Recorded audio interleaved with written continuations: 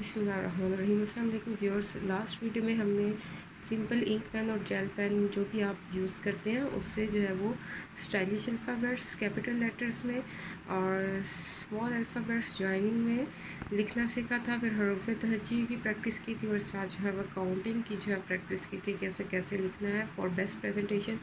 अब जो है इस वीडियो में हम कट मार्कर के साथ ये सब कुछ प्रैक्टिस करेंगे कि कट मार्कर को कैसे होल्ड करना है और कैसे आपने ये लिखना है। तो चलते हैं जनाब, प्रैक्टिस करते हैं इसकी और ध्यान से देखिएगा वीडियो और सब्सक्राइब कर दीजिएगा चैनल को ताकि नेक्स्ट जो है वीडियो का नोटिफिकेशन आपको मिल जाए। अपना ख्याल रखिए साथ साथ, ठीक है। चलो चलते हैं, स्टार्ट करते हैं।